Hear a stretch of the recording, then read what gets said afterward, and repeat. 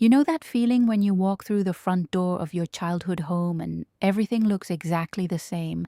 The same faded wallpaper in the hallway, the same creaky third step on the staircase, the same smell of your mother's lavender candles mixed with coffee, and yet something feels completely different. You stand there in the doorway with your suitcase in one hand and your heart in the other, and you realize that this house, this place that shaped every memory you carry, has been holding secrets you were never meant to hear. You have spent your entire life believing in the story your parents told you, the story of who you are, where you came from, and why you matter. But what happens when that story turns out to be a lie? What happens when the people you trust most in the world have been performing for you, smiling at you, holding you close, all while hiding a truth so devastating that hearing it changes the very foundation of who you thought you were? Today I'm going to share with you a story that will shake you to your core. This is a story about a woman who came home early to surprise her parents and instead heard a conversation that ripped her world apart. What she did next and what she discovered along the way will stay with you long after this story ends. I am Rebecca. I am 67 years old, and I need to tell you about the day my entire life collapsed like a house built on sand. It was a Tuesday in late October, and I remember this because the trees lining Maple Drive in my quiet suburban neighborhood just outside of Richmond, Virginia, had turned that impossible shade of gold and crimson that makes you believe the world is still beautiful, even when everything inside you is falling apart. I had been visiting my youngest son Daniel in Portland, Oregon, where he had just started a new position at a tech company, and the trip was supposed to last 10 more days. But Daniel, God bless him, could see that I was restless. He could see that even though I smiled at his new apartment and complimented his cooking and played with his cat, my mind was somewhere else entirely. It was with my parents, Walter and Dorothy, both in their late 80s, both still living in the same colonial-style house on Maple Drive where I had grown up, where I had taken my first steps, where I had learned to read and write and dream. My father had been having some health issues recently, nothing catastrophic the doctors said, just the slow unwinding that happens when a body has been carrying a life for nearly 9 decades. But I worried. I worried the way only a daughter can worry about her father, with that specific kind of love that sits right at the intersection of gratitude and terror, because you know that every phone call could be the one that changes everything. So I changed my flight. I did not tell my parents because I wanted to surprise them. I wanted to walk through that front door and see the look on my mother's face, that mixture of shock and joy she always wore whenever I showed up unannounced. I wanted to sit at the kitchen table with my father and drink his terrible instant coffee and listen to him tell the same stories he had been telling for 40 years. Stories about his time in the army, about meeting my mother at a church social in 1958, about the day I was born and how he cried so hard the nurses thought something was wrong with him. I wanted all of that. I ached for it with a hunger I could not explain, the kind of need that grows stronger the older you get because you understand, finally, truly understand, that time is not infinite, and the people you love are not permanent fixtures in your world, no matter how desperately you wish they were. The flight from Portland to Richmond was smooth. I sat in my window seat and looked down at the patchwork of American farmland below me, all those perfect squares of brown and green stretching out toward the horizon, and I thought about how lucky I was. Lucky to have parents who were still alive at my age. Lucky to have a childhood I remembered with warmth rather than bitterness.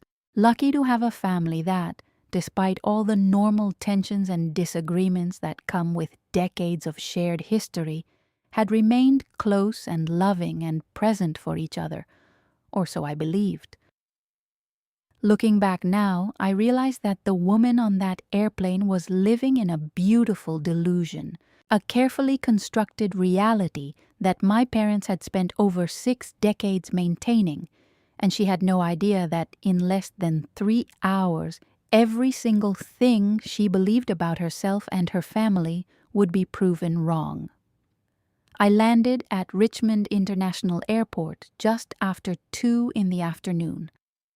The October air hit me the moment I stepped outside, that particular Virginia autumn chill that carries the scent of burning leaves and approaching winter. I had arranged for a car service because I did not want to bother anyone for a ride, and the driver, a pleasant young man named Marcus, helped me with my luggage and made small talk about the weather and the traffic on Interstate 64. I remember thinking how ordinary everything felt, how perfectly normal this day seemed, as if the universe was deliberately lulling me into a false sense of security before delivering a blow I never could have anticipated. The drive from the airport to Maple Drive took about 35 minutes, and I spent most of it looking out the window at the familiar landmarks of my hometown, the old Baptist church on Franklin Street where I had been baptized, the elementary school where I had learned my multiplication tables, the diner on Commerce Avenue, where my father used to take me for milkshakes every Saturday when I was a girl. Everything was exactly as I remembered it, and yet, knowing what I know now, I see that drive differently. I see a woman traveling through a landscape of carefully preserved memories, none of which were entirely what they appeared to be.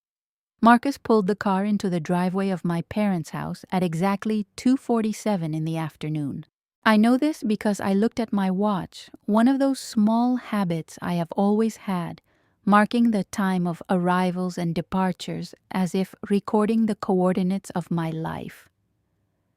The house looked beautiful in the autumn light, the white colonial facade glowing against the backdrop of those magnificent trees, the front porch swept clean, my mother's chrysanthemums still blooming in their ceramic pots by the steps. I paid Marcus, thanked him, and pulled my suitcase up the walkway. I remember the sound of the wheels on the brick path, that rhythmic clicking that seemed almost musical in the quiet of the afternoon. I climbed the 3 steps to the front porch. I reached for the door handle, and that is when I heard them. My parents' voices coming through the screen door that my mother always left open when the weather was mild, carrying into the still October air, with a clarity that made every word perfectly audible. And they were talking about me. Now, overhearing your parents talk about you when you are 67 years old should not be a dramatic event. Parents talk about their children. It is what they do. But there was something in my mother's tone, something in the way she said my name, that made me freeze with my hand on the door handle. It was not the casual mention of a daughter they were expecting to call that evening. It was weighted, heavy, saturated with something I had never heard in my mother's voice when she spoke about me. It was guilt, pure, undiluted guilt, the kind that has been aging for decades like some terrible wine that only grows more potent with time. I stood there on that porch, my hand still raised, and I listened. And what I heard in the next 5 minutes destroyed the woman I had been for 67 years and forced me to become someone entirely new.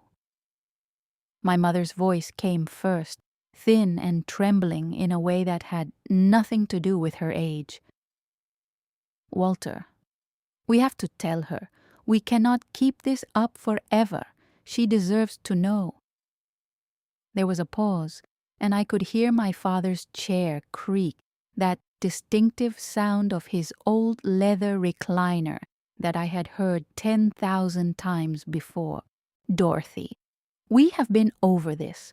We agreed. We agreed 50 years ago, and we agreed again last month.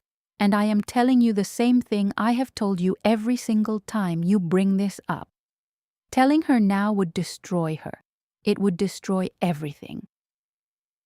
My mother made a sound that was half sigh and half sob. But she keeps asking questions, Walter.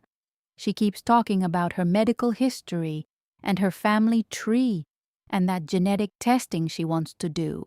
Sooner or later she is going to find out on her own, and when she does, it will be 1,000 times worse than hearing it from us. My father's voice hardened. She is not going to find out because there is nothing to find. As far as the world is concerned, Rebecca Ann Mitchell is our biological daughter, born on March 15, 1959, at St. Mary's Hospital in Richmond, Virginia. That is the truth. That is the only truth that matters. And then my mother said the words that split my life into before and after, the words that I can still hear echoing in my head as clearly as if she were standing next to me right now saying them again.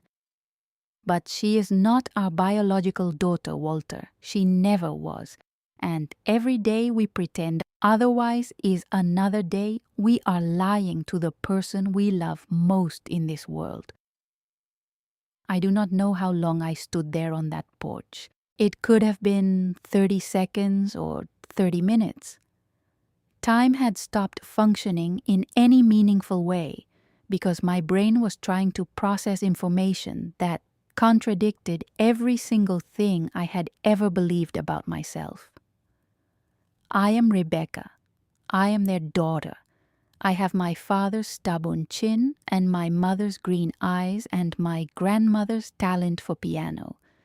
I have the Mitchell family temper and the Mitchell family loyalty and the Mitchell family inability to cook rice without burning it. These were not just facts about me. They were me.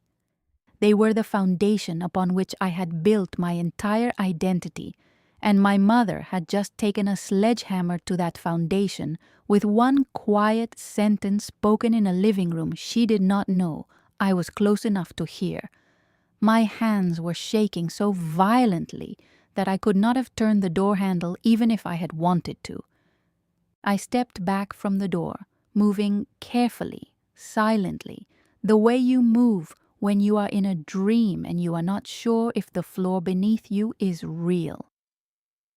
I pulled my suitcase back down the porch steps, each one feeling like a descent into some new and terrifying version of my life. I walked back down the brick path to the sidewalk, and then I just stood there, on the sidewalk in front of the house where I grew up, where I apparently did not belong, where I had been loved and raised and lied to for 67 years.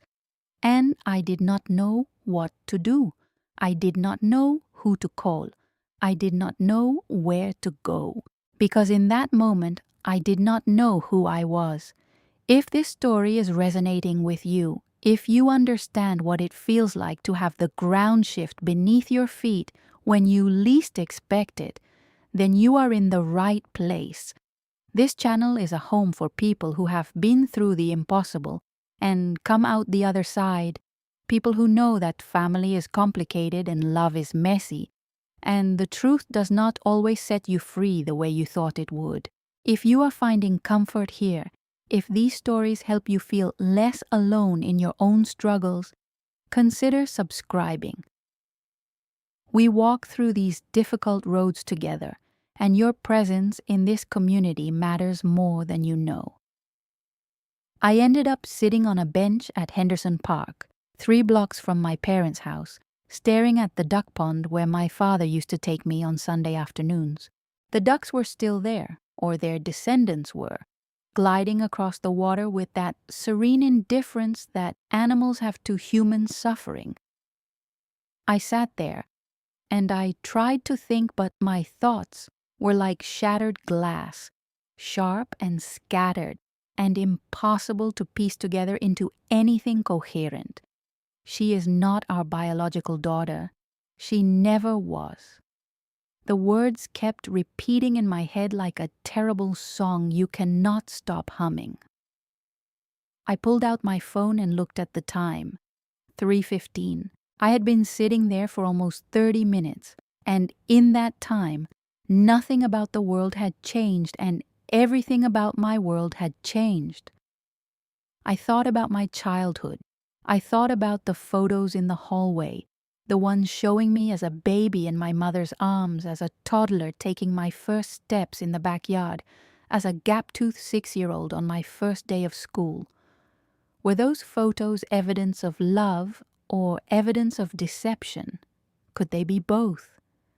I thought about every time my mother had brushed my hair and told me I had her grandmother's curl pattern. I thought about every time my father had squeezed my shoulder and said I was tough just like him.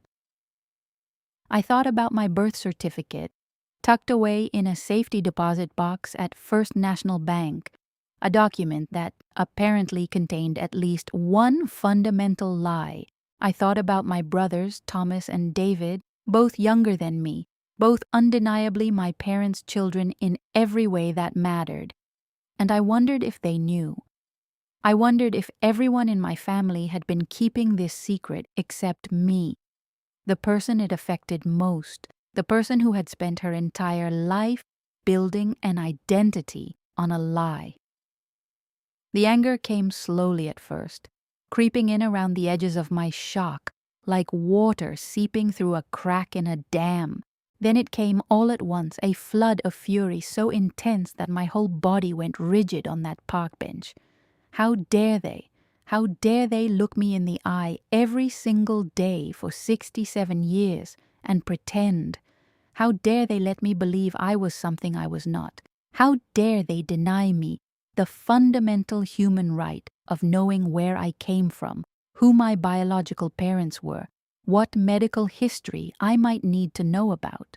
I thought about the breast cancer scare I had 10 years ago, when the doctors asked about family history and I told them everything I knew about the Mitchell family's health, none of which apparently had any relevance to my actual genetic makeup. I thought about the time I donated a kidney to my brother Thomas when he was sick, and how the doctors had remarked that it was unusual for a sibling match to be so difficult, how they had to search harder than expected to confirm compatibility. At the time, we had all chalked it up to the randomness of genetics. Now I understood the real reason. I sat on that bench until the sun started to dip below the tree line, and the air grew cold enough to make me pull my jacket tighter around my shoulders. I watched families walk past me, parents pushing strollers, grandparents holding the hands of small children, and every single one of them seemed to be mocking me with their simple, uncomplicated belonging to each other. I knew I could not sit there forever. I knew I had to do something, make a decision, take some kind of action. But every option seemed impossible. Walk back to the house and pretend I had not heard anything? Confront my parents right now, in their living room, when I was this angry and this hurt and this confused? Call my brothers and ask them if they knew? Drive to a hotel and hide from everything and everyone until I figured out how to breathe again? I need to pause here and ask you something, because I think it is important, and I think if you are still listening, you might be the kind of person who understands. Have you ever discovered something about your family that changed everything you thought you knew? Have you ever learned a secret that made you look at the people you love and wonder if you ever really knew them at all? If you are sitting there right now thinking about your own moment of realization, your own earth-shattering discovery, then I want you to know that your experience matters. When you share even a few words in the comments, you are helping someone else feel less alone in their confusion and pain. Type in the comments, "I learned a truth that changed everything," just that sentence. And know that every person who reads those words will feel a connection to you, because the experience of having your reality reshaped is one of the most universal and most isolating things a human being can go through. Your voice matters here. Thank you for being brave enough to share it. In the end, I chose the hotel. I called for another car, this time from an app on my phone, and I rode to the Marriott on Broad Street in downtown Richmond without saying a word to the driver. I checked in under my married name, Rebecca Calloway, feeling strange and displaced like a character in someone else's story. The room was on the 7th floor, clean and impersonal, with a view of the city skyline that I did not care about at all. I sat on the edge of the bed and I called my husband, Frank Calloway, my partner of 43 years, the man who had walked beside me through every joy and every sorrow and every ordinary Tuesday of our life together. When he answered, I could hear the television in the background, some football game he was watching in our living room in our house in Alexandria, the house where we had raised our 3 children and built a life that suddenly felt like it belonged to someone else. "Hey, Beck, how is Portland? Danny treating you right?" His voice was so normal, so blissfully unaware, that I almost could not speak. "Frank," I said, and something in the way I said his name made him turn off the television immediately. I could hear the silence on his end, the sudden alertness of a man who has been married long enough to know when his wife is about to say something that will require all of his attention. "What happened? Are you okay? Is it your dad?" I closed my eyes and pressed the phone against my ear hard enough to leave a mark. I am not in Portland anymore. I changed my flight. I came home early to surprise my parents, but I did not go inside Frank. I heard them talking. I heard them say something. And then I told him.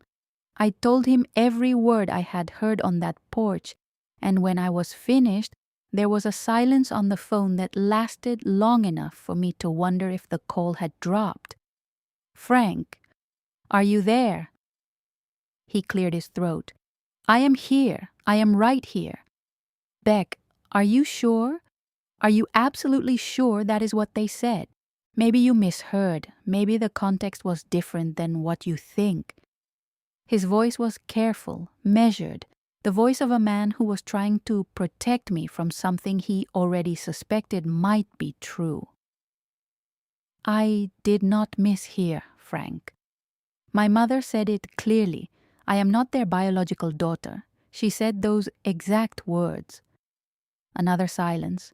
Then, "Where are you right now?" "The Marriott on Broad Street." "Stay there. I am leaving right now. I will be there in 2 hours." And he was. Frank Calloway drove 90 miles from Alexandria to Richmond in an October night to sit in a hotel room with a woman who suddenly did not know who she was, and he held my hands and let me cry and did not try to fix anything, because he knew that some things cannot be fixed, only survived. We stayed up all night, Frank and I, in that sterile hotel room that smelled like bleach and carpet cleaner. We talked through every possibility, every scenario, every conceivable explanation for what I had heard. Maybe my mother was confused, maybe she had been talking about someone else, maybe it was some kind of hypothetical conversation. But we both knew these explanations did not hold water. My mother's voice had been too specific, too weighted with decades of hidden truth to be anything other than exactly what it sounded like. By 3 a.m, we had moved from shock to strategy. Frank, who spent 30 years as a corporate attorney before retiring, approached the situation the way he approaches everything, with methodical precision and an insistence on gathering facts before making decisions. "We need information," he said. sitting in the desk chair with his reading glasses on and a legal pad balanced on his knee, looking like he was preparing for a deposition rather than helping his wife navigate the destruction of her identity. Before you confront your parents, you need to know as much as possible. You need leverage, not because you are going to use it against them, but because knowledge is the only thing that is going to keep you from falling apart in that conversation. He was right, of course. Frank is almost always right, which is one of the most annoying and most comforting things about him. So the next morning, while my parents presumably went about their daily routine completely unaware that their oldest daughter was 3 miles away in a hotel room planning how to unravel their longest kept secret, I made phone calls. I called my doctor's office in Alexandria and requested copies of every medical record going back to my childhood. I called the Vital Records office in Richmond and asked about the process for obtaining an original birth certificate. I went online and ordered a DNA testing kit, one of those home kits that promises to tell you everything about your genetic heritage in 6 to 8 weeks. And then I called my brother Thomas. Thomas is 64, 3 years younger than me, a retired high school principal who lives in Charlotte, North Carolina, with his wife Sandra. He is the most level-headed person in our family, the one who mediates every argument and smooths every rough edge, and I needed his steadiness now more than I had ever needed anything.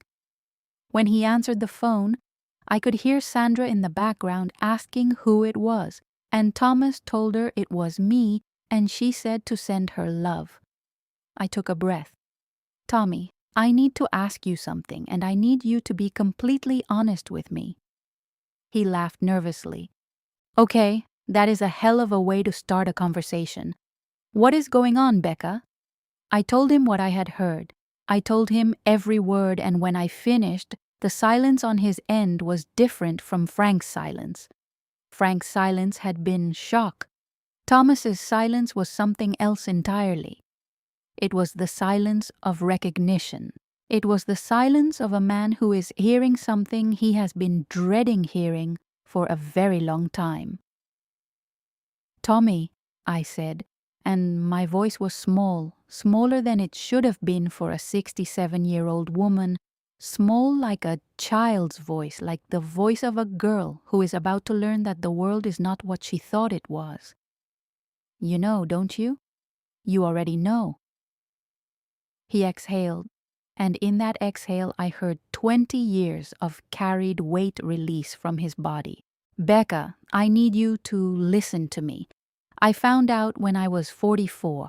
I was going through some old papers in Mom and Dad's attic, looking for my high school diploma for some stupid administrative thing at work, and I found documents, adoption papers, sealed, but with enough information visible that I understood what they meant. I confronted Mom and Dad that same night, and they made me swear. Becca. They sat me down in that living room and they both cried, Mom and Dad, both of them, and they told me the whole story, and then they made me swear on everything holy that I would never tell you. They said it would destroy you. They said you were happy and healthy and loved, and that knowing the truth would only cause pain. They said they had made a promise to protect you, and they asked me to be part of that promise. I was gripping the phone so hard, my knuckles had turned white. Frank was watching me from across the room, with that particular expression he wears when he knows I am in pain, but also knows I need to hear whatever is being said. You have known for 20 years. I whispered. You have known for 20 years that I am not who I think I am, and you never told me. Thomas's voice cracked. Becca, please understand. I wanted to tell you every single day. Every single day for 20 years I have carried this, and it has been the hardest thing I have ever done in my life. But Mom and Dad were so certain, so absolutely certain that knowing would hurt you more than not knowing, and I did not want to be the one to cause you that kind of pain. I was trying to protect you." "Protect me?" The anger was back, hotter and sharper than before. "You were not protecting me, Tommy. You were protecting them. You were protecting their secret. My truth is not yours to protect or withhold or manage. It is mine. It has always been mine." He started crying then, my big strong brother who had coached football teams and disciplined teenagers and delivered eulogies at funerals without shedding a tear. He cried on the phone like a child, and despite my anger, despite the betrayal I felt radiating from every cell of my body, a part of me wanted to comfort him, because that is what I do. That is what I have always done.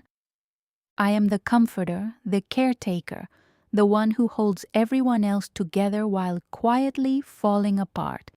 And I suddenly realized with devastating clarity that I had learned this role not from genetics, but from performance, from 67 years of performing the role of Rebecca Mitchell, beloved daughter, without knowing that the script I was following had been written by people who had edited out the most important page.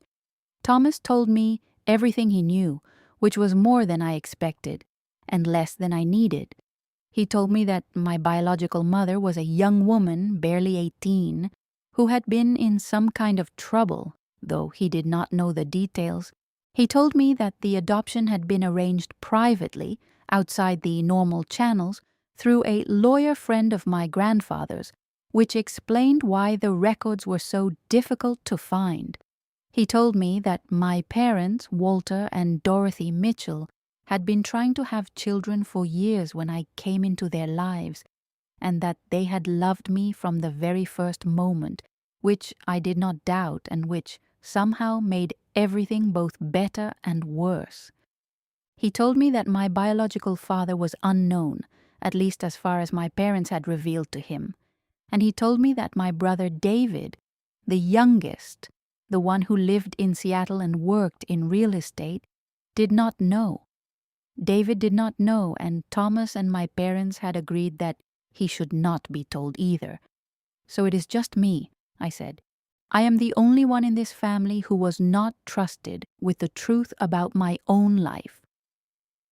Thomas did not have an answer for that because there was no good answer.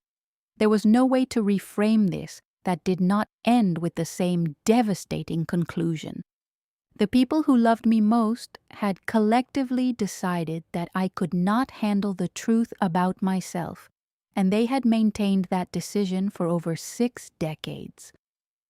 Stories like these have the power to change how we see our own lives and our own families. If you are finding yourself in this story, if the themes of trust and truth and identity are speaking to something deep inside you, I want you to know that this is exactly why these stories need to be told. When we share our experiences, even painful ones, we create maps for others who are walking the same dark path. Consider subscribing to this channel so we can continue walking together. Every story here is chosen to illuminate the complicated, beautiful, sometimes devastating terrain of family life, and your presence in this community adds light to that journey. I did not sleep that night either. Frank finally dozed off around 4 in the morning, his hand still resting on my arm, his body instinctively protecting mine, even in sleep. I lay awake in that hotel room and stared at the ceiling, and I thought about my mother, not the confession I had overheard, but my mother herself, Dorothy Mitchell, née Anderson, originally from a small town in the Shenandoah Valley, the daughter of a postmaster and a schoolteacher, the woman who had taught me to sew and garden and make her famous peach cobbler, the woman who had sat beside my bed every night when I was sick and read me stories until I fell asleep, the woman who had cried at my wedding and cried at the birth of each of my 3 children, and who called me every single Sunday at exactly 7 in the evening to ask about my week and tell me about hers. Was she a liar? Was she a fraud? Or was she a woman who had done what she believed was right and carried the weight of that decision every day of her life? I did not know, and the not knowing felt like being lost at sea without a compass or a star to navigate by. In the morning, I made my decision. I was going to confront my parents, not with anger, not with accusations, but with the quiet, steady demand of a woman who has earned the right to know her own story. Frank offered to come with me, but I told him I needed to do this alone. He understood the way he always understands, and he kissed my forehead and told me he would be at the hotel waiting and that no matter what I learned, nothing about us would change. I held on to those words like a lifeline as I drove the rental car through the streets of my childhood, past the school and the church and the diner, all those landmarks that now felt like props in an elaborate stage production. I arrived at Maple Drive at 10 in the morning. The house looked exactly the same as it had the day before, and somehow that offended me. It should have looked different, I thought. It should have reflected the seismic shift that had occurred in my understanding of everything it represented. But it just sat there, white and colonial and beautiful, with my mother's chrysanthemum still blooming faithfully on the porch. I walked up the brick path, and this time I did not hesitate at the door. I rang the bell and I waited. And when my mother opened the door, her face went through 3 distinct expressions in the space of 2 seconds: surprise, joy, and then, when she saw the look on my face, a terror so pure and so absolute that it confirmed everything I already knew without her saying a word. "Rebecca," she whispered. Not her usual Becca or sweetheart or darling. Rebecca. My full name, spoken in a voice that was already grieving for what was about to happen. "Mama," I said, and I walked past her into the house, into the foyer with the same wallpaper and the same creaky floor and the same framed photograph of the 3 of us, me and Thomas and David, on the stairway wall, a photograph taken at a studio in 1967 when I was 8 years old. A photograph in which one of the 3 children was not related to the other 2 by blood, a fact that apparently everyone knew except that child herself. My father was in the living room, in his leather recliner, the one that creaked. He was reading the newspaper, an actual physical newspaper, because Walter Mitchell was not going to let technology change his morning routine, even if the whole world had gone digital. He looked up when I walked in, and I watched his face do the same thing my mother's face had done: surprise, joy, terror. "Daddy," I said, and I stood in the middle of the living room where I had learned to walk and opened my first Christmas presents and watched the moon landing on a black and white television. And I looked at both of my parents, these 2 people who had given me everything and hidden everything from me. And I said, "I came home early to surprise you. I got to the porch yesterday afternoon and I heard you talking." My mother sat down on the sofa as if her legs had been cut out from under her. My father closed his newspaper with exaggerated care, the way he does when he is trying to maintain control of a situation that has already spiraled beyond his grasp. Neither of them spoke. The clock on the mantel ticked. The refrigerator hummed in the kitchen. A car drove past outside, and I stood there and waited, because after 67 years of being kept in the dark, I was not going to be the one to fill the silence. It was my mother who broke first. She always does. She is the more emotional of the 2, the one whose feelings live right at the surface, and she started crying before she even started talking. "How much did you hear?" she asked, and there was something almost hopeful in her voice, as if maybe I had only caught a fragment. Maybe there was still a way to stuff the truth back into its box and close the lid. "Enough," I said. "I heard enough to know that you have been lying to me for my entire life. I heard enough to know that I am not your biological daughter. I heard enough to know that my brother Thomas has known for 20 years and was sworn to secrecy. So no, Mama, there is no point in trying to figure out how to manage this.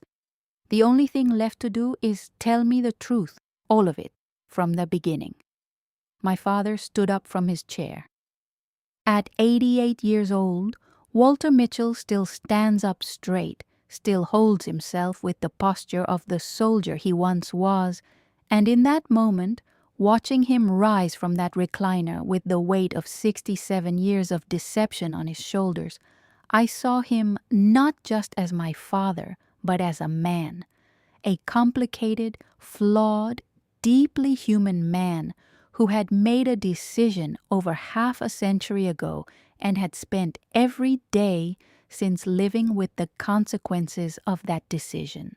He walked to my mother, sat down beside her on the sofa, took her hand, and looked at me with eyes that were wet but steady. "Sit down, Becca," he said. "This is going to take a while." And so they told me. They told me everything. And I sat in the armchair across from them and listened, and with every word they spoke, the woman I had been for 67 years grew a little smaller, and a new woman, one I had not yet met, began to take her place. My mother started, her voice thin and broken but determined. She told me that in the spring of 1959, she and my father had been married for 4 years and had been trying to have a baby for 3 of those years. They had seen doctors, tried treatments that were available at the time, prayed with a desperation that only the unfulfilled can understand. Month after month, year after year, the answer was the same. Not this time, not yet, maybe never. It was destroying them. My mother told me that she had fallen into a depression so deep that she stopped leaving the house, stopped seeing friends, stopped going to church, stopped doing everything except sitting in the nursery they had decorated with yellow wallpaper and white curtains and waiting for a baby that biology seemed determined not to give her. My father picked up the story from there. He told me that his father, my grandfather George Mitchell, had a law partner named Arthur Whitfield, a man who handled estate planning and family law in the Richmond area. Arthur had a connection to a home for unwed mothers in the Blue Ridge Mountains, a place where young women in trouble were sent to give birth in secrecy before returning to their normal lives.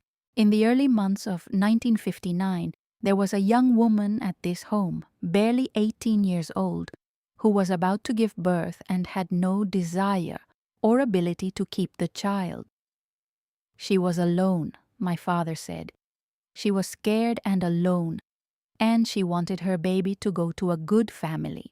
And so Arthur Whitfield called George Mitchell, and George Mitchell called his son Walter. And on a morning in March of 1959, my parents drove 3 hours into the Blue Ridge Mountains and came home with me. I listened to all of this with my hands clenched in my lap and my jaw tight and my eyes burning but dry. I did not cry. I would not cry. Not yet. Not until I had heard everything. "What was her name?" I asked. "My biological mother." "What was her name?" My parents looked at each other, and in that look I saw a conversation that had been happening silently between them for decades, a debate about how much to reveal and when and to whom.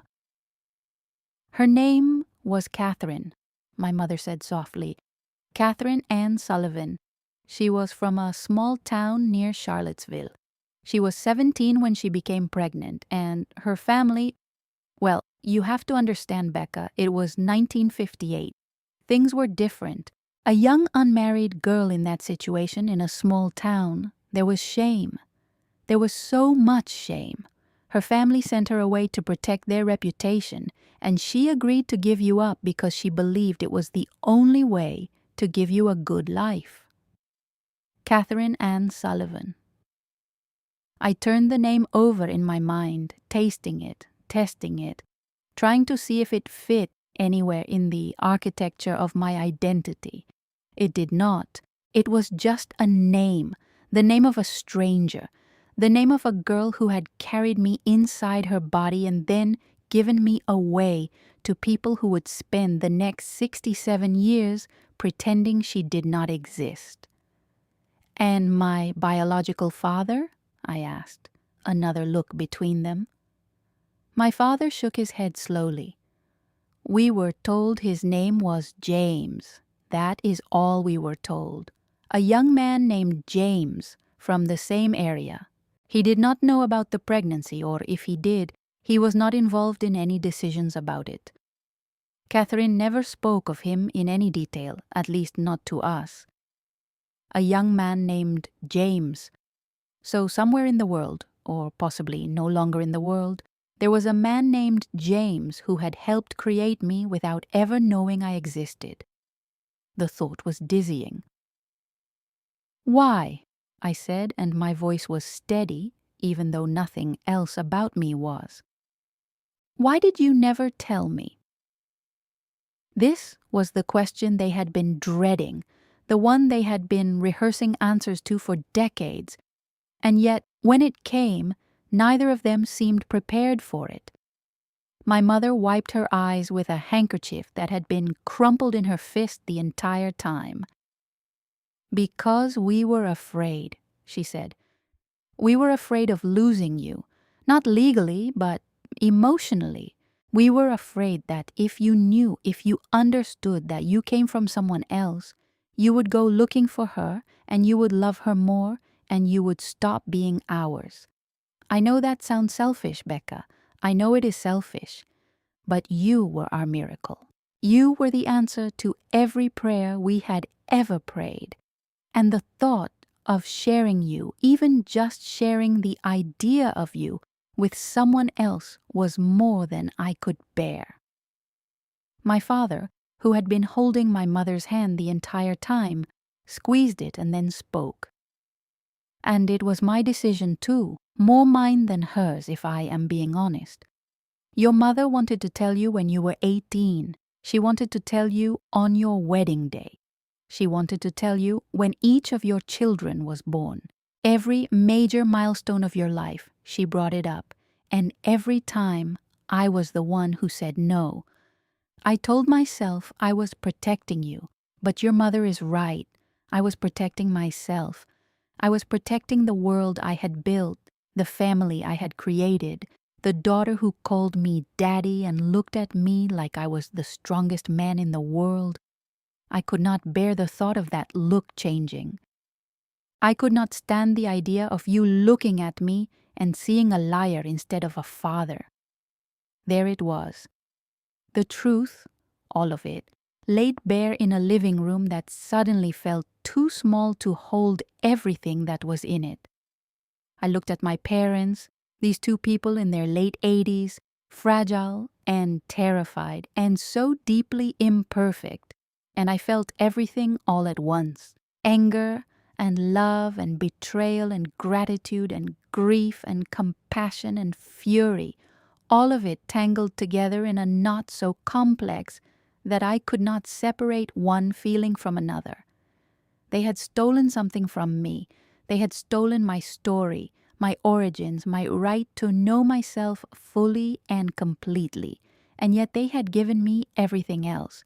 They had given me a childhood that, deception aside, had been filled with genuine love and warmth and encouragement. They had supported me through college and career and marriage and motherhood. They had been present for every important moment of my life and many of the unimportant ones too. They had done all of this while carrying the terrible weight of a secret that must have felt like a boulder on their hearts every single day. I know how isolating it feels when you discover that the people closest to you have been hiding something monumental. It can make you question everything, every memory, every conversation, every moment of connection. That is exactly why I share these stories, because somewhere out there, someone is going through exactly what I went through, and they need to know they are not alone. If this channel is becoming a source of comfort or clarity for you, if hearing these stories is helping you navigate your own complicated family waters, please consider subscribing. You deserve a place where your feelings are acknowledged and your experiences are understood. Together, we can make sense of the things that seem impossible to understand alone. I did not forgive them that day. I want to be honest about that because I think it is important. Forgiveness is not a switch you flip. It is a journey.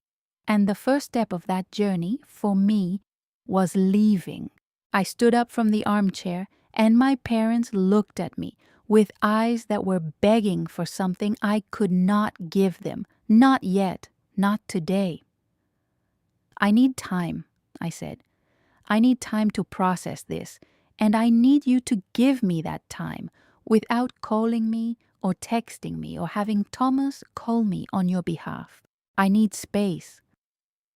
My mother reached for me, her thin hand stretching across the distance between the sofa and where I stood, and I could see that hand trembling, and I could see the love in it, and I could see the desperation, and I took a step back.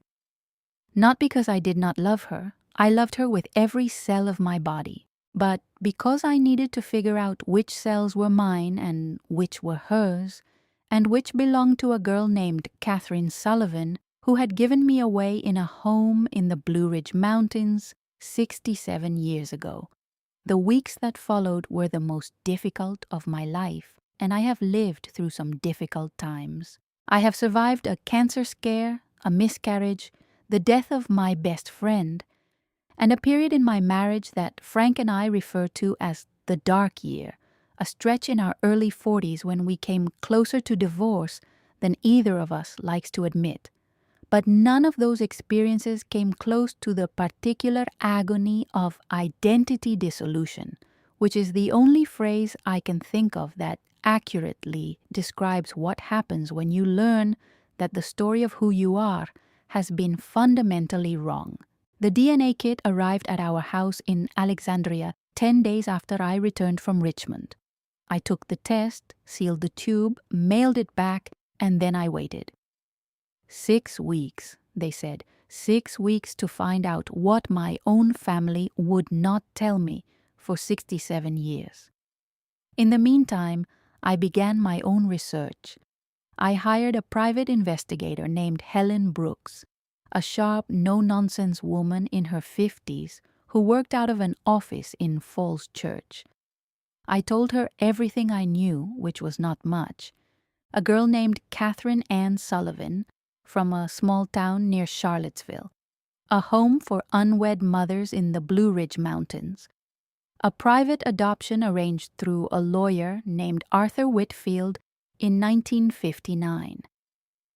Helen looked at me over her reading glasses and said, "I have worked a lot of adoption cases, Mrs. Calloway. I want you to be prepared for the possibility that what you find might not be what you want." I told her I was past the point of wanting anything except the truth. While Helen worked her investigation, I tried to function normally, and I failed spectacularly. I could not concentrate at my book club. I could not enjoy my weekly lunch with my friends. I could not even look at my own face in the mirror without wondering whose face I was actually seeing. My children noticed. My oldest, Sarah, 28 years married to a pediatrician and living in Bethesda, Maryland, called me 3 times in 1 week because she said I sounded off on the phone. My middle child, James, an architect in Denver, sent me a long email asking if everything was okay between me and Frank. And Daniel, my youngest, The one I had been visiting in Portland when this whole nightmare began texted me every day with photos of his cat and jokes he found online, his way of saying, "I am here," without having to say it out loud. I had not told any of them yet. I was not ready. I needed to understand the full picture before I could explain it to the people who would be affected by it almost as much as I was, because if I was not who I thought I was, then they were not who they thought they were either. My identity crisis was also their identity crisis, passed down like an inheritance nobody asked for. Frank was my rock through all of it, steady and present and unfailingly patient. He held me when I cried, which was often. He listened when I raged, which was also often. He made dinner every night without being asked, even though his culinary skills are limited to about 4 dishes that he rotates with the regularity of a restaurant menu. He slept with one arm around me every night, a silent promise that, whatever else might change, this would not. One evening, about 3 weeks after the revelation, we were sitting on our back porch watching the sunset paint the sky over Northern Virginia in shades of pink and purple, and I said something that I had been thinking but had not yet spoken aloud. "What if I am different now?" I asked. "What if knowing this changes me into someone you do not recognize? What if the person you married was built on a foundation that turned out to be a lie, and now that the foundation is gone, the person crumbles?" Frank took a long sip of his beer and then turned to look at me with those steady brown eyes that had been looking at me the same way for over 4 decades. "Beck, the foundation of who you are has nothing to do with whose DNA you carry. You are the woman who ran into a burning building to save a neighbor's dog. You are the woman who tutored underprivileged kids every Saturday for 15 years. You are the woman who forgave me when I did not deserve it during the dark year. You are the woman I fell in love with when I was 23 years old and sitting next to you in a contracts class at UVA Law School. And none of those things, not a single one, has anything to do with whether Walter and Dorothy Mitchell contributed to your genetic material. You are you, Rebecca. The rest is paperwork." I laughed for the first time in 3 weeks. It was a small laugh, a tired laugh, but it was real, and it felt like the first crack of sunlight through storm clouds. Frank smiled, the way he does, one side of his mouth going up before the other, and he squeezed my hand, and we sat there in silence and watched the sky turn dark, and for a few minutes everything felt almost okay. The DNA results came back on a Friday. I remember because Frank was playing golf that morning, a standing date with his retired buddies that he had been maintaining for over a decade, and I had the house to myself. I opened the email on my laptop at the kitchen table, the same table where I had helped my children with homework and hosted Thanksgiving dinners and signed Christmas cards for 30 years, and I read the results, and the world shifted again. According to the test, my genetic heritage was primarily Irish and Scottish, with smaller percentages of English and Welsh. This was a significant departure from the Mitchell family's well-documented German and Dutch ancestry, which I had always believed was mine. The test also identified several DNA matches, people who shared enough genetic material with me to suggest biological relationships. Most were distant, fourth cousins and beyond, but there was one match that made my breath catch in my throat. A first cousin match, someone who shared approximately 12% of my DNA, consistent with a first cousin relationship. The profile was linked to a name, Patrick Sullivan. He lived in Lynchburg, Virginia, 65 miles from Charlottesville, and he was 61 years old. I stared at that name for a long time. Patrick Sullivan, Catherine Ann Sullivan's family. This was real. This was not a mistake or a misunderstanding or a delusion. Somewhere in Virginia, there was a man who shared my blood, my actual blood, not the Mitchell blood I had claimed for 6 decades, but the Sullivan blood I had never known existed. I called Helen Brooks immediately. "I have a name," I said. "Patrick Sullivan, Lynchburg, Virginia. He is a first cousin match on my DNA test." Helen was quiet for a moment, and then she said, "I was going to call you today. I found Catherine Sullivan." The world stopped. Again, it just stopped, the way it does in those moments when reality offers you something you desperately want but are terrified to receive. "Is she alive?" I whispered. "She is alive," Helen said. "She is 84 years old. She lives in a retirement community in Staunton, Virginia. She never married. She worked as a librarian for 40 years at the Staunton Public Library.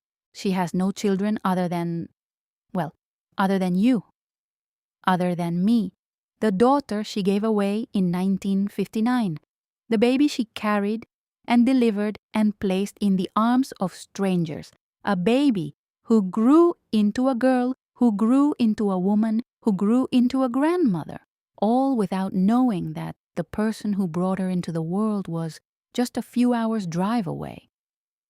I think about all those years. I think about Catherine Sullivan shelving books in a quiet Virginia library while I was graduating from high school, getting married, having babies, living an entire life that she was not part of. I think about the parallel tracks of our existence, running alongside each other but never intersecting, separated by a secret that a handful of people decided we were both better off not facing. And I feel a rage so deep and so justified that it scares me sometimes, because it is not rage at any one person. It is rage at the system, the culture, the set of beliefs that told a scared 18-year-old girl in 1958 that the only acceptable thing to do with her baby was give it away and pretend it never happened. I want to take a moment here to talk to you directly, because if you have made it this far in this story, it means something in it is speaking to you. Maybe you have been through something similar, a family secret that changed everything. Maybe you are going through it right now. Maybe you are considering taking a DNA test, and you are scared of what it might reveal. Whatever your situation, I want you to know that the truth, no matter how painful, is always better than the lie. The lie might feel safer, but it eats you from the inside. The truth hurts, but it also heals. If these stories are helping you find the courage to face your own truth, if they are giving you permission to ask the questions you have been afraid to ask, then please subscribe to this channel. We are building something here, a community of people who choose honesty over comfort, who choose knowing over not knowing, who choose the difficult path of truth over the easy road of denial. You belong here, and we are glad you found us. I contacted Catherine Sullivan through her cousin Patrick, who, it turned out, had also been looking for me. Patrick had taken the DNA test on a whim, not expecting anything significant, and when my match appeared, he had called Catherine immediately. "She cried for 3 hours," Patrick told me on the phone, his voice thick with emotion. "She has been waiting for this her entire life. She never stopped hoping you would find her." Those words broke something open in me that I had been trying to hold together for weeks. I sat on my kitchen floor in Alexandria, Virginia, with the phone pressed to my ear and tears streaming down my face, and I cried for the 18-year-old girl who was too ashamed to keep her baby, and I cried For the 84-year-old woman who had never stopped loving the child she was forced to give up. And I cried for myself, for all the years of not knowing, for all the questions I never thought to ask because I trusted the answers I had been given. We arranged to meet. Frank drove me to Staunton on a Saturday morning in December, and the drive through the Virginia countryside was impossibly beautiful. All bare trees and rolling hills and that particular winter light that makes everything look like a painting. We barely spoke during the drive. There was nothing to say that could adequately prepare either of us for what was about to happen. We arrived at the retirement community, a pleasant complex of buildings called Shenandoah Gardens, and I stood in the parking lot for a full 5 minutes before I could make myself walk inside. Frank stood beside me, not pushing, not rushing, just being there, the way he has been there for every impossible moment of our life together. The common room of Shenandoah Gardens was warm and bright, with large windows overlooking a garden that, even in December, had a certain dignity to it, all evergreens and stone paths and a fountain that had been turned off for the winter. There were a few residents scattered around the room, reading or playing cards or just sitting and watching the world through those big windows. And there, in a chair by the window, was a woman. An old woman, small and thin, with white hair pulled back from a face that, when she turned to look at me, was my face. Not exactly, not a mirror image, but close enough that the recognition was instant and overwhelming. The same green eyes that I had been told came from my mother, Dorothy, but which I now understood came from this woman, this stranger who was not a stranger, this mother who was not the mother I had known, but was, undeniably, irrefutably, biologically, the woman who had given me life. Catherine Sullivan stood up when she saw me, and she was shaking, trembling from head to foot with an emotion so powerful that her entire body seemed to vibrate with it. She was small, smaller than me, and she was wearing a blue cardigan over a white blouse, and her hands were clasped together at her chest as if she were praying, and her eyes, those green eyes that I now knew were my inheritance, were filled with tears and something else, something I can only describe as recognition, not of my face, though I am sure she saw herself in it the way I saw myself in hers, but recognition of a moment she had been imagining for 67 years, the moment she would see her daughter again. "Rebecca," she said, and her voice was soft and careful, as if saying my name too loudly might scare me away. I nodded. I could not speak. I was 67 years old, a wife, a mother, a grandmother, a woman who had navigated a successful career and a long marriage and the raising of 3 children, and I could not produce a single word. I just stood there and nodded and let the tears fall. She walked toward me, slowly, each step deliberate and uncertain, and when she reached me, she raised one trembling hand and placed it on my cheek, and the touch of her fingers on my skin was the most profound thing I have ever felt. It was not the touch of a stranger.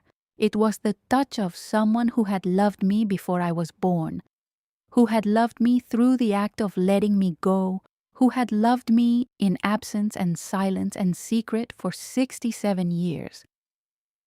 "I have thought about you every single day," she whispered. "Every single day since March 15, 1959. Not a day has gone by that I have not wondered who you are, what you look like, whether you're happy. They told me you would be happy. They promised me the family that took you would give you a good life. Were you happy, Rebecca?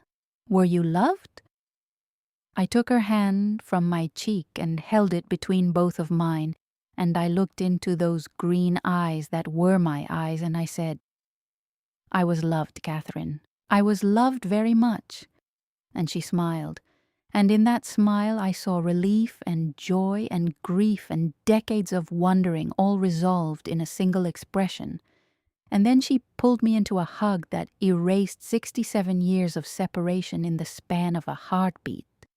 We talked for 4 hours that first meeting. She told me about her life, about growing up in a small town where everyone knew everyone, and a pregnant, unmarried girl was the worst kind of scandal.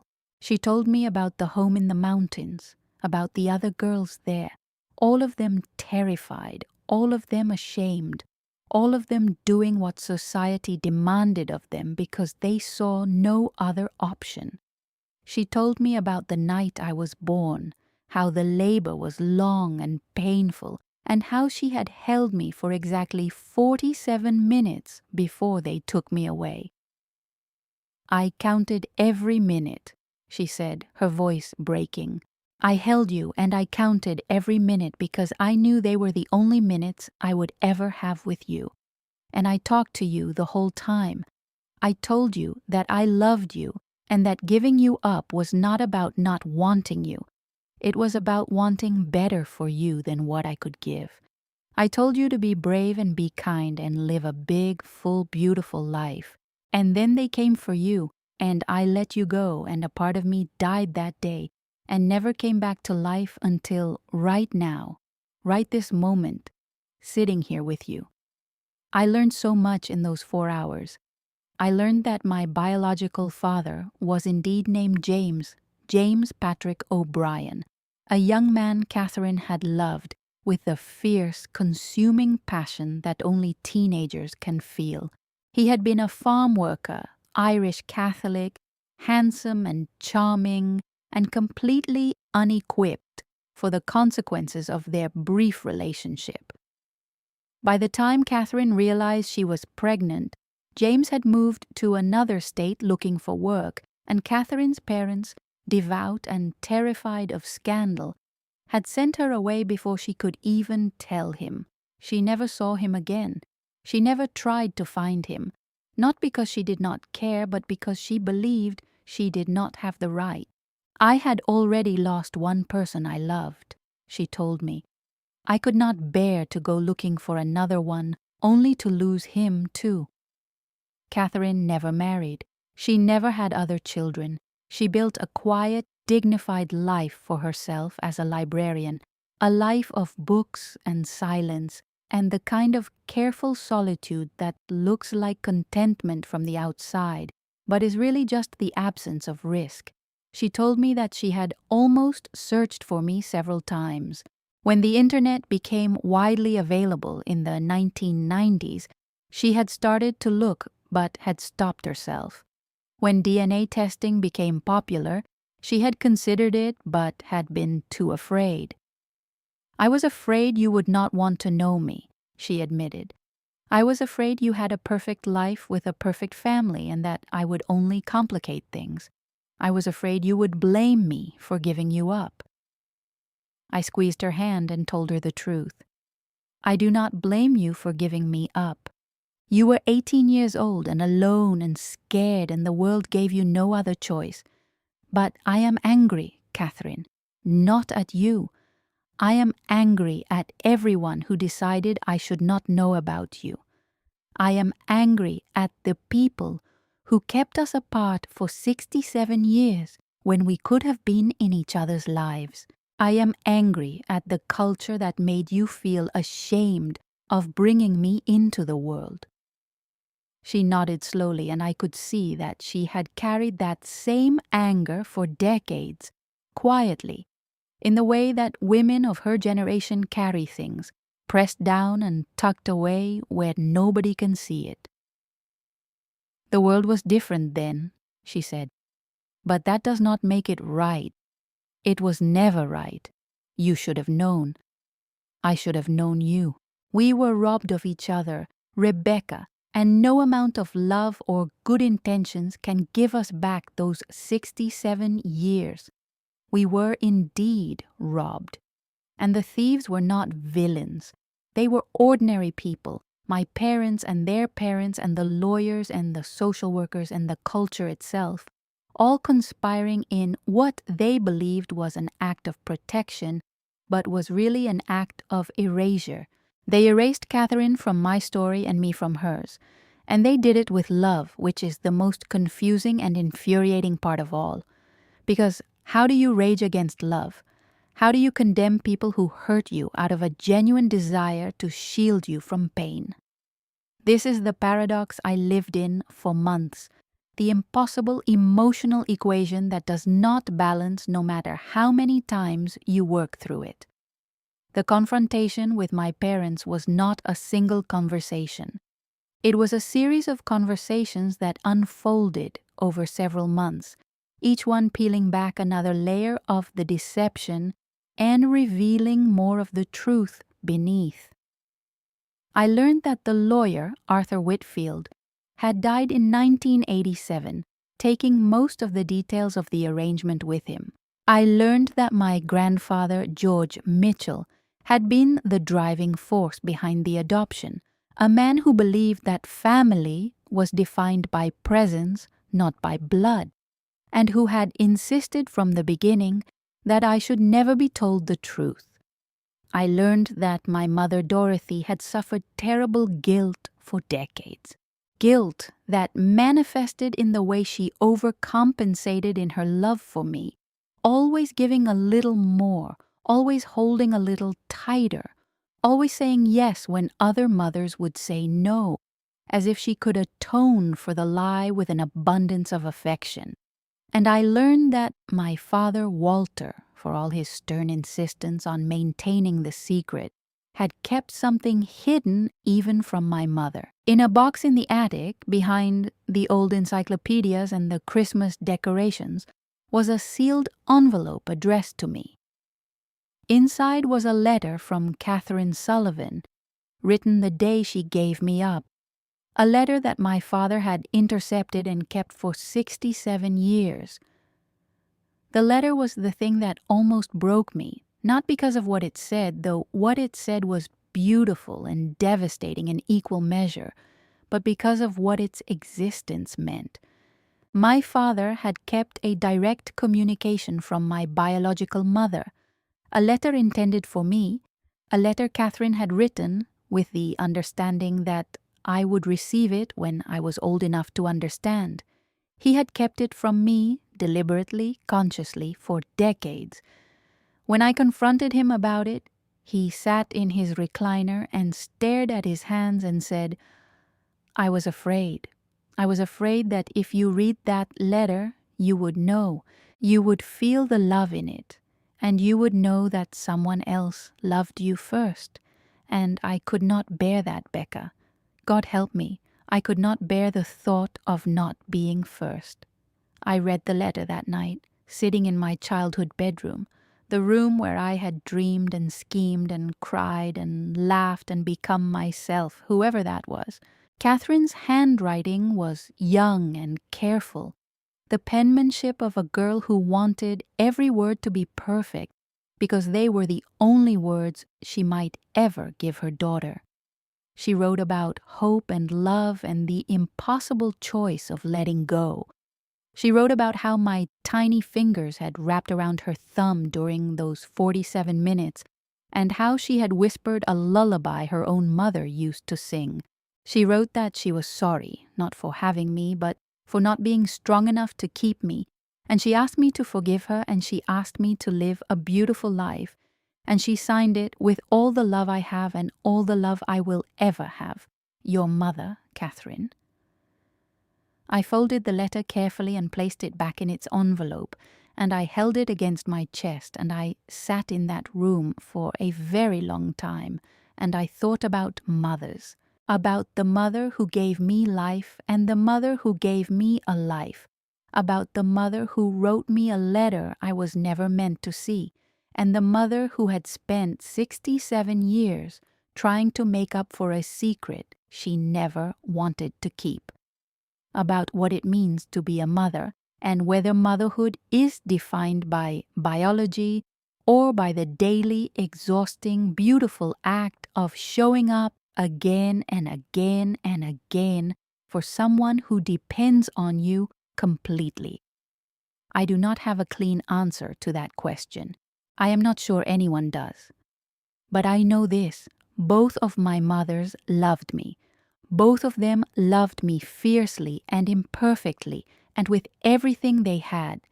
And both of them made choices on my behalf that they believed were right, even when those choices caused immeasurable harm. Love is not always kind. Love is not always honest. But it is always, always powerful enough to reshape a life for better and for worse. The process of integrating Catherine into my life was not smooth. It was messy and complicated and emotionally exhausting for everyone involved.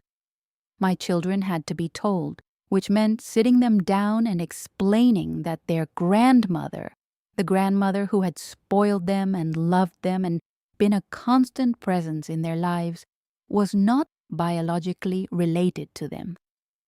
Sarah cried. James went quiet in that thoughtful way of his, processing silently. Daniel, my youngest, the most emotionally open of my three, hugged me and said, "Mom, you are still you. Grandma is still Grandma. We just have more family now, that is all." God, I love that boy. My brother David had to be told too, which was its own difficult conversation. David, unlike Thomas, was genuinely shocked. He had no idea, and his first reaction was anger. Not at me, but at our parents and at Thomas for keeping the secret. "How could you?" he said to Thomas on a conference call that Frank set up to try to manage the family's collective emotional explosion. "How could you know something like this and not tell me? Not tell her?" Thomas, who had been carrying the weight of this secret for 20 years and who looked like a man finally being allowed to set down an unbearable burden, simply said, "Because I was trying to protect our family, and I was wrong. I was wrong every day for 20 years, and I will spend the rest of my life knowing that." The reconciliation with my parents was the hardest part. Forgiveness, as I said earlier, is not a switch. It is a journey, and mine was long and winding and full of setbacks. There were conversations that went well and conversations that devolved into shouting. There were weeks when I could not bring myself to call them, and weeks when I called every day. My mother handled it with the grace of a woman who has been preparing for this moment for decades, accepting my anger without defending herself, answering every question with honesty, and apologizing with a sincerity that I could feel in my bones. My father was harder. Walter Mitchell does not apologize easily. He does not admit fault gracefully. He is a man of his generation, raised to believe that fathers are protectors and that protection sometimes requires deception. But slowly, over months of difficult conversations, something shifted in him. He began to see, perhaps for the first time, that his protection had caused the very harm he was trying to prevent. He began to understand that the lie had not preserved my happiness, but had delayed an inevitable reckoning that only grew more painful with time. One evening, about 6 months after the revelation, I drove down to Richmond alone. It was spring, and the dogwoods were in bloom, and the air smelled like cut grass and possibility.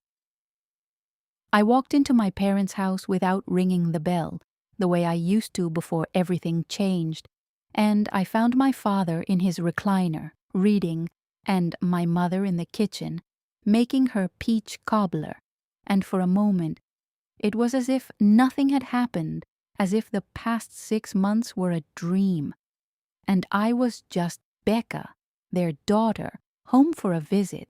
My father looked up at me, and his eyes were wet, and he said something he had never said before, not in 88 years of living, not in 67 years of raising me.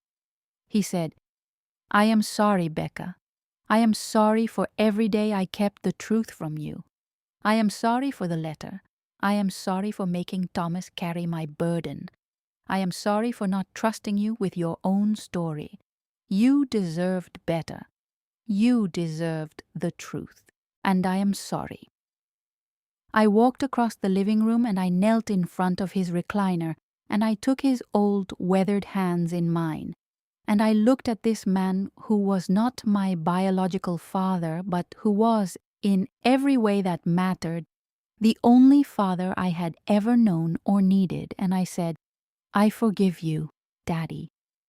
I forgive you, and I love you, and you are still the strongest man in the world to me. He pulled me into a hug, and he cried, really cried, the way he had apparently cried the day I was born, and my mother came in from the kitchen with flour on her hands and tears on her face and wrapped her arms around both of us, and the three of us held each other in that living room on Maple Drive, and something that had been broken for 6 months, or maybe for 67 years, began to heal. Catherine became part of my life, slowly and carefully. She met my children and my grandchildren, and they received her with a warmth and openness that makes me prouder than anything else I have ever accomplished as a parent. She met Frank, who charmed her immediately with his one-sided smile and his terrible jokes and his gift for making everyone in a room feel like they are the most important person in it. She even met my parents, Dorothy and Walter, a meeting I did not attend because I felt it was something the three of them needed to navigate without me as a buffer. My mother called me afterward and told me that Catherine was lovely and that they had talked for 3 hours and that they had both cried and both laughed and both agreed on one thing. I had turned out pretty well, all things considered. It was the closest thing to a resolution that this particular triangle of mothers and fathers and secrets and love was ever going to get, and it was enough. I am 68 now, a year past the day my life fell apart and reassembled itself into something new and strange and, I think, more honest than it was before. I have 2 mothers, one who raised me and one who gave me life, and I love them both in different ways and for different reasons and with a depth that still surprises me. I have a family that is bigger and more complicated than it was a year ago, and navigating the dynamics of this expanded family requires patience and grace and a willingness to sit with discomfort that I did not possess before all of this happened. I have the letter, Catherine's letter, framed now and hanging in my bedroom, a daily reminder that love is not always convenient or tidy, but it is always worth honoring. I have questions that may never be answered about James Patrick O'Brien, about the circumstances of my conception, about what my life would have been like if Catherine had been able to keep me, and I have peace. Not the peace of having everything figured out, because I do not, but the peace of knowing the truth, the whole truth, the complicated and painful and beautiful truth of who I am and where I came from. If you have been listening to this story and thinking about your own family, your own secrets, your own unasked questions, I want to leave you with this. The truth will not always set you free the way you imagine it will. Sometimes the truth is a wrecking ball that demolishes everything you thought you knew. Sometimes the truth is a surgeon's scalpel that cuts away something you thought was essential and leaves you gasping and exposed. But the truth is also the foundation upon which you can build something real, something solid, something that belongs to you and nobody else. The lie may feel safer, but it is a cage. The truth may hurt, but it is the door. And you, my friend, deserve to walk through that door whenever you are ready, on your own terms, with your head held high. Subscribe to this channel if these stories are giving you the strength to face your own truth. We are all walking this path together, and the road is easier when you know you are not walking it alone. Thank you for being here. Thank you for listening. And thank you for being brave enough to care about the truth, even when it hurts. I am Rebecca Calloway, formerly Rebecca Mitchell, always and forever the daughter of Walter and Dorothy and Catherine, and this is my story. It is not a simple story, and it does not have a simple ending, but it is mine. Finally, completely, truthfully mine. And that after 67 years of living inside someone else's version of my life is the greatest gift I have ever received.